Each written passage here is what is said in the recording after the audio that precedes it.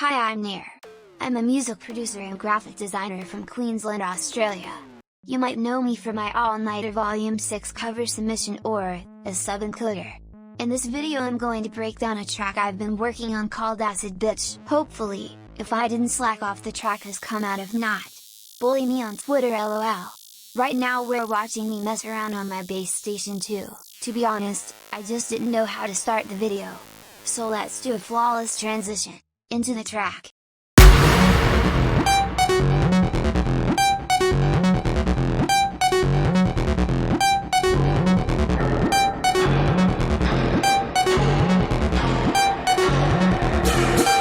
Every fucking time we come to America, we always end up in a bloody sewer. Fucking there's no sewers in Chelsea, bruv. There's no Liverpool sewers. Where the fuck are we going? What is this place, bruv?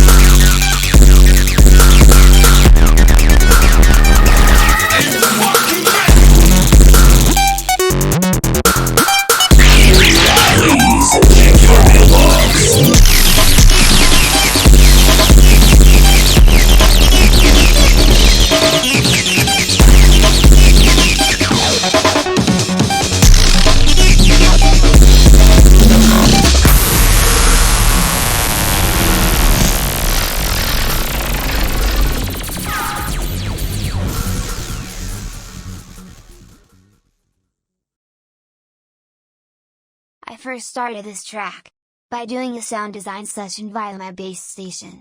Through messing around I made these little tones, then added some vintage verb. Not gonna lie, with the reverb this sounds like that one video of the fish.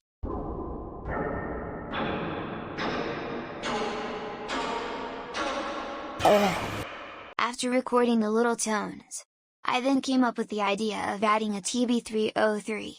After making the patterns from the TB303, I ended up resampling them so later on, I can chop them up, but also to make sure I don't lose them, just in case.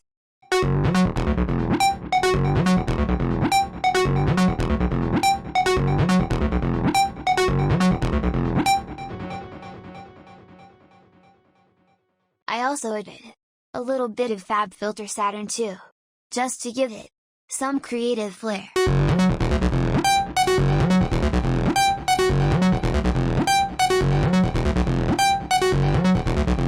Last thing about this intro, I added a little meme. Every fucking time we come to America, we always end up in the bloody sewer. I'm from Chelsea, Fucking there's no sewers in Chelsea, bruv. Liverpool ain't got no sewers. There's no Liverpool sewers.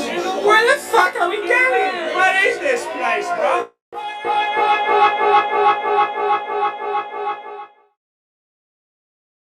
For the main drums and bass, I used sounds from Ephraim's sample pack, Emotion Generator.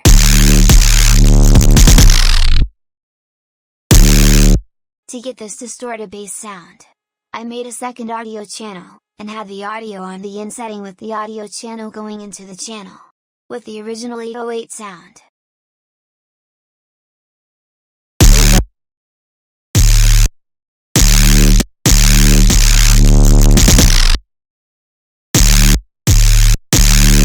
After having the second audio channel playing the same noise, I added a saturator, and then automated the drive so I can control the distortion. After that I added a EQ8 and cutted the lows to make sure I'm only distorting the highs of the 808.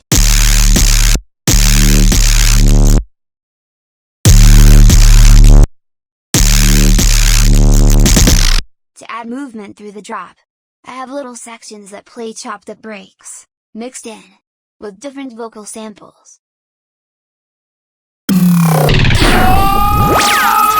To achieve this sound, I would first get a break, and chop it up, to a rhythm I liked.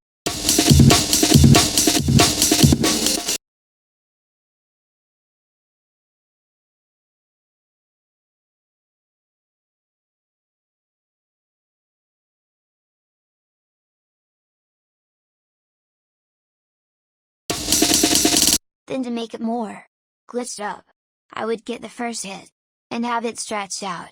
Then in the warp settings, I would go to texture mode and mess with the grain settings.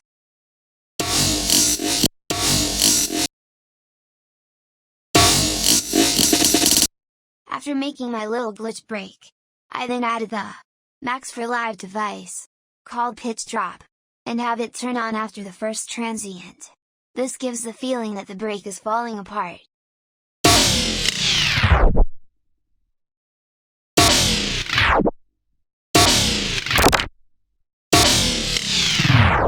For the vocal samples, I followed a similar idea, like with the breaks, but instead of automating a pitch drop, I automated a delay on the time setting, adding a weird, but pretty cool effect that I like.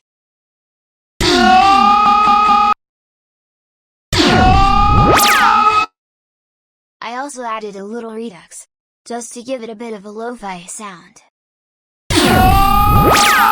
Altogether, this is what the break, and vocal samples, sound like. And this is how it sounds, in the main drop.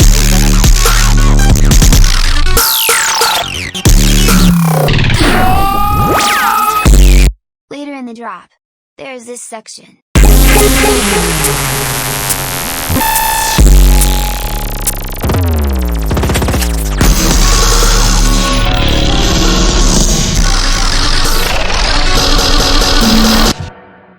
How I achieved this was by grouping all the channels together in the drop, and feeding it through the VST called portal by output.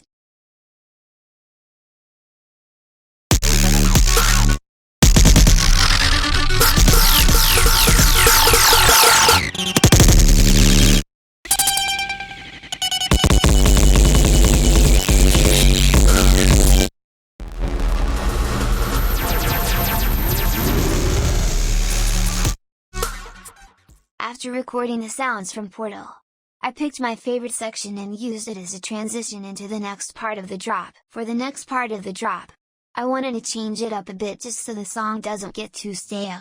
I did this by adding simple hi-hat percussion.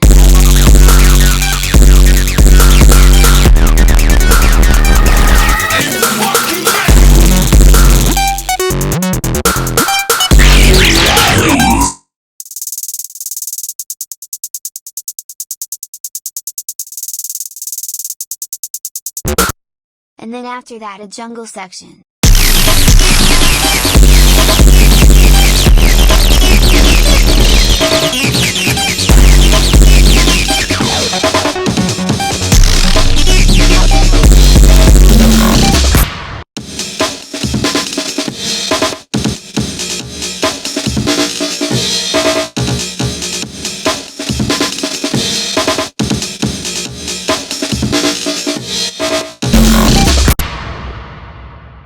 That's pretty much all the cool things in the drop.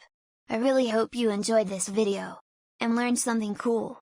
If you liked this video and want to support me, please consider subscribing to my Patreon, or follow my dumb Twitter. The last thing before I go, thank you Ness for inviting me to Formfair, and thank you Form for watching my video. Anyway, see you legends!